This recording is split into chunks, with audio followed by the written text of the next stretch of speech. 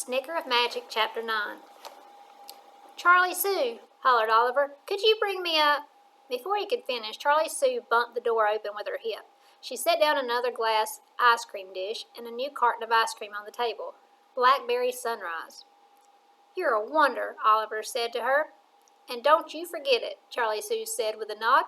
She pulled the door closed when she left. "Jonah says that's your most popular flavor," I said, pointing to the pale purple carton. "Hey, yo, you better believe it," Oliver answered.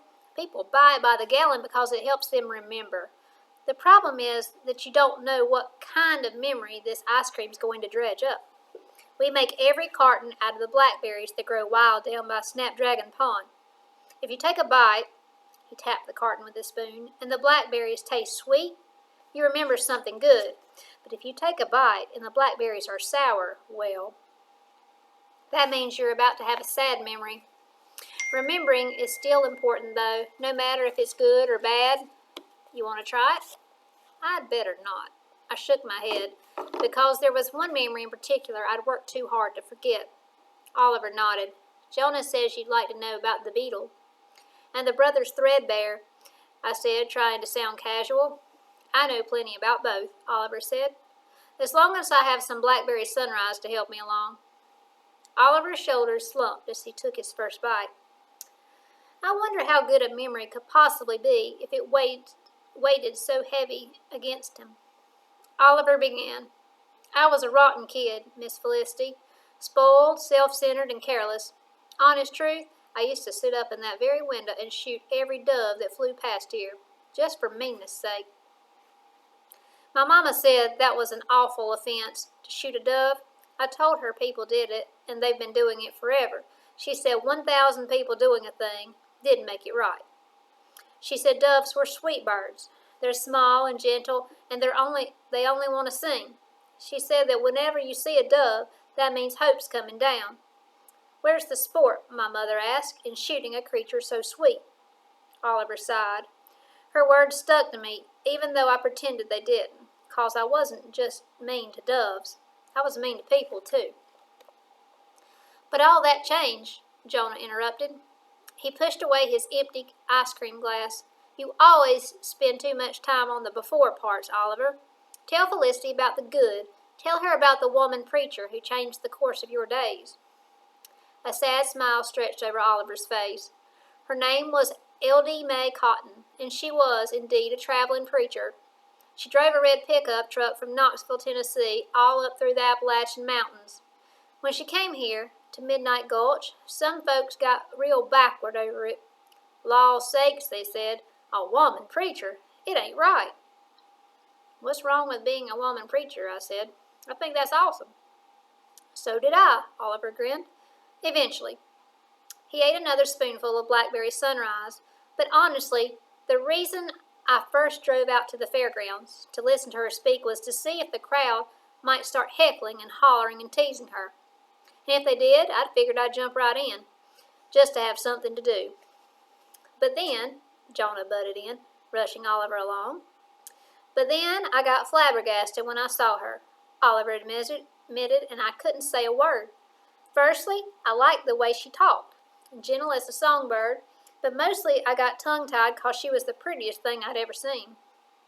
Mama would have loved to paint the look on Oliver's face right then. His eyes sparkled, sad and blue. His cheeks wrinkled up like into a lonesome smile.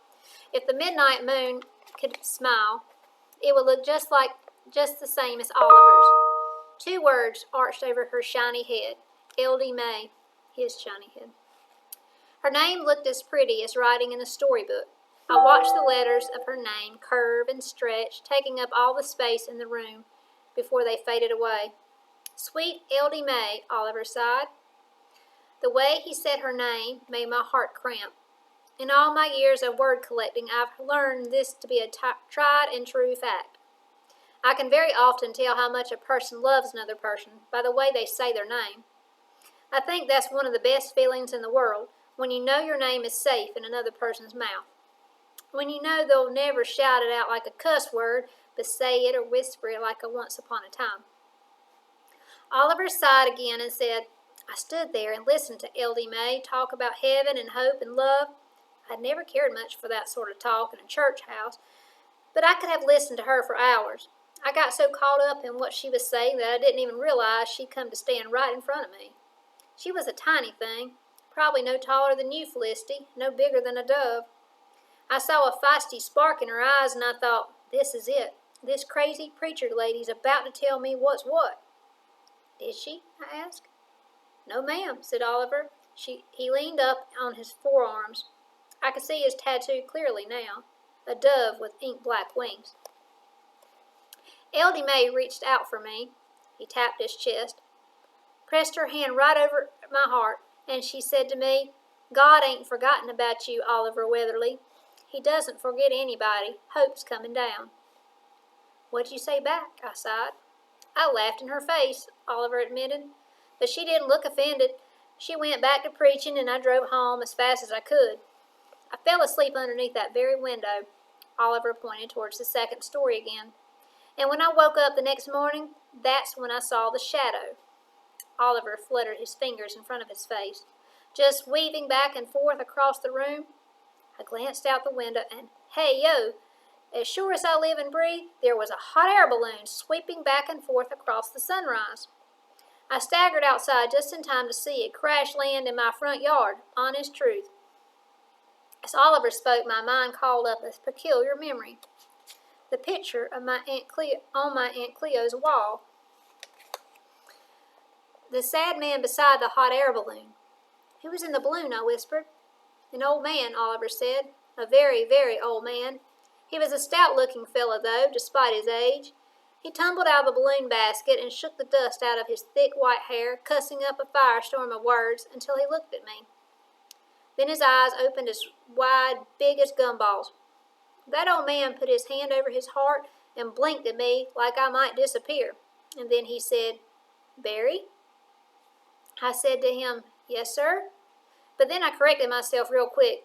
No, sir, Barry Weatherly was my grandfather. I'm Oliver Barry Weatherly, his grandson, named in his honor.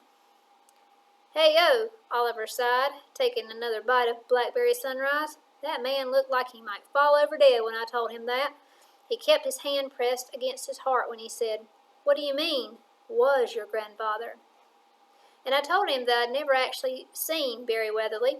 He took off long before I was even born and never came back to town.